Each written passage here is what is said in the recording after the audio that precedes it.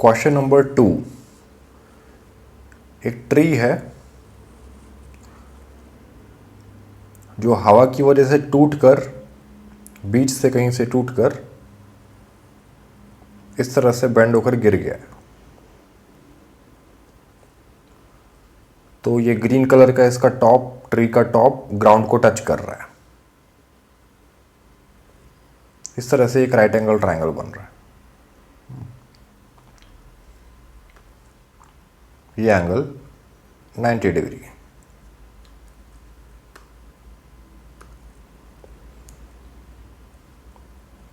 नाम दे देते हैं इस ट्रायंगल को, ट्रायंगल ABC। सी ट्री टॉप है, हमें हाइट ऑफ ट्री फाइंड करना है। तो पहले फाइंड क्या करना है वो समझिए।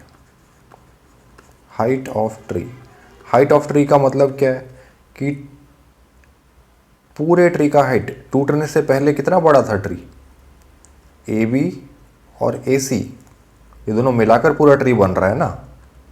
तो height of tree AB plus AC हुआ। तो आपको AB और AC फाइंड करना है। क्वेश्चन में गिवन है कि फुट ऑफ ट्री से, मतलब पॉइंट B से top of tree point C तक का डिस्टेंस 8 मीटर है।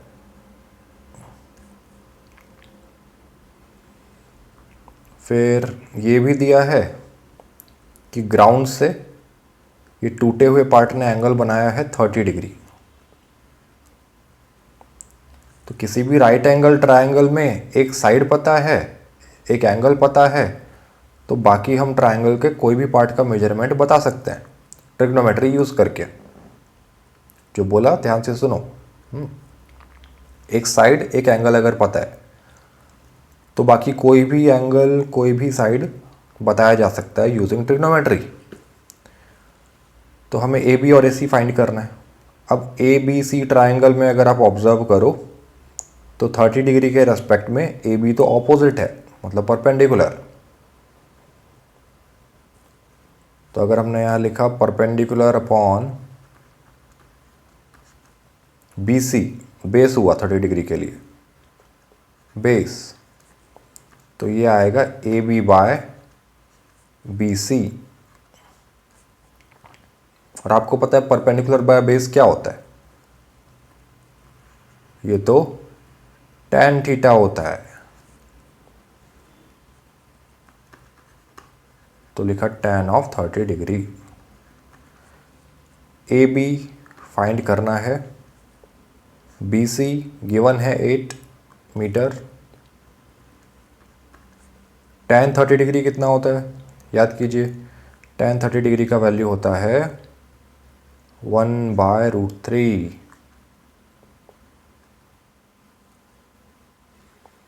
तो tan 30 डिग्री हुआ 1/√3।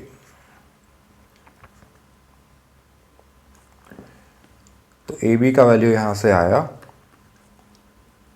क्रॉस मल्टीप्लाई कर दीजिए, तो 8/√3 मीटर, 8√3 है। AB आ गया। सिमिलरली AC फाइंड करते हैं।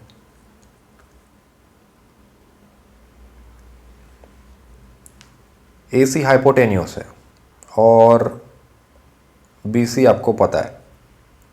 तो हाइपोटेन्यूस और बेस में क्या रिलेशन है, कॉस होता है, बेस अपॉन हाइपोटेन्यूस। तो इस ट्रायंगल के लिए आपने लिखा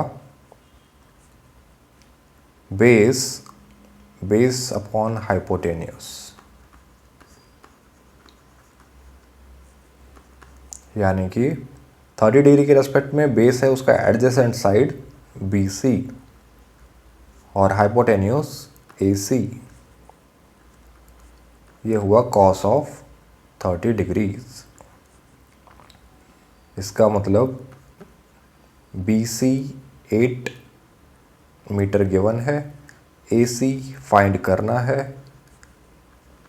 कॉस 30 डिग्री कितना होता है, कॉस 30 डिग्री होता है √3/2।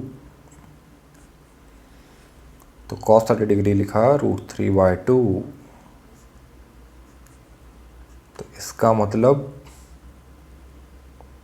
8 मीटर इंटू 2 क्रॉस मल्टीप्लाई कर रहे हैं is equal to √3 into AC।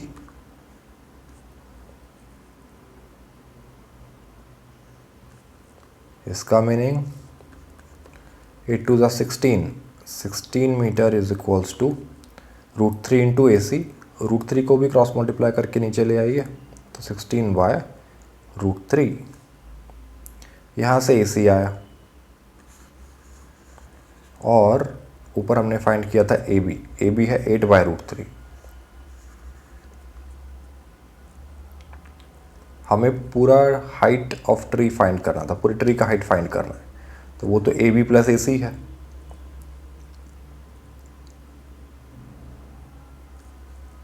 तो हाइट ऑफ ट्री क्या हुआ? Required height of tree is equal to AB plus AC is equal to 8/√3 plus 16/√3।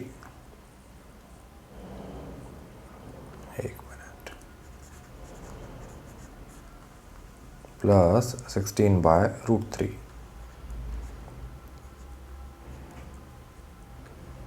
कर लीजिए सॉल्व। दोनों का डिनोमिनेटर सेम है तो डायरेक्टली ऐड किया जा सकता है। कॉमन डिनोमिनेटर √3 लिखा और ऊपर का एज इट इज ऐड कर दिया। तो ये हुआ 8 प्लस 16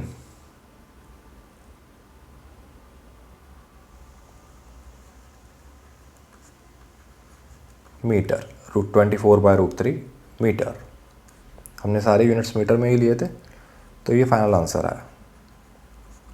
इसको रैशनलाइज करके लिख सकते हो तो √3 से मल्टीप्लाई डिवाइड कर दीजिए। 24/√3 इंटू √3/√3। तो ऊपर तो बना 24 इंटू √3, नीचे √3 इंटू √3 3। ये याद रखिए √a इंटू √a a होता है। तो √3 इंटू √3 3 हुआ। 24/3 ये तो डिवाइड हो जाएगा, 3 1 ज़ा 3 एंड 3 8 ज़ा 24। तो ये तो आया 8√3। तो 8√3 मीटर, ये आंसर हुआ। ठीक है, अब चाहो तो √3 का वैल्यू भी पुट कर सकते हो अगर बोला गया है कहीं तो आप इसमें √3 का वैल्यू 1.73 या 1.7 तक लिया तो भी चलेगा मीटर। ये मल्टीप्लाई करके फिर आंसर प्रेजेंट कर सकते हो। ये भी आंसर होगा।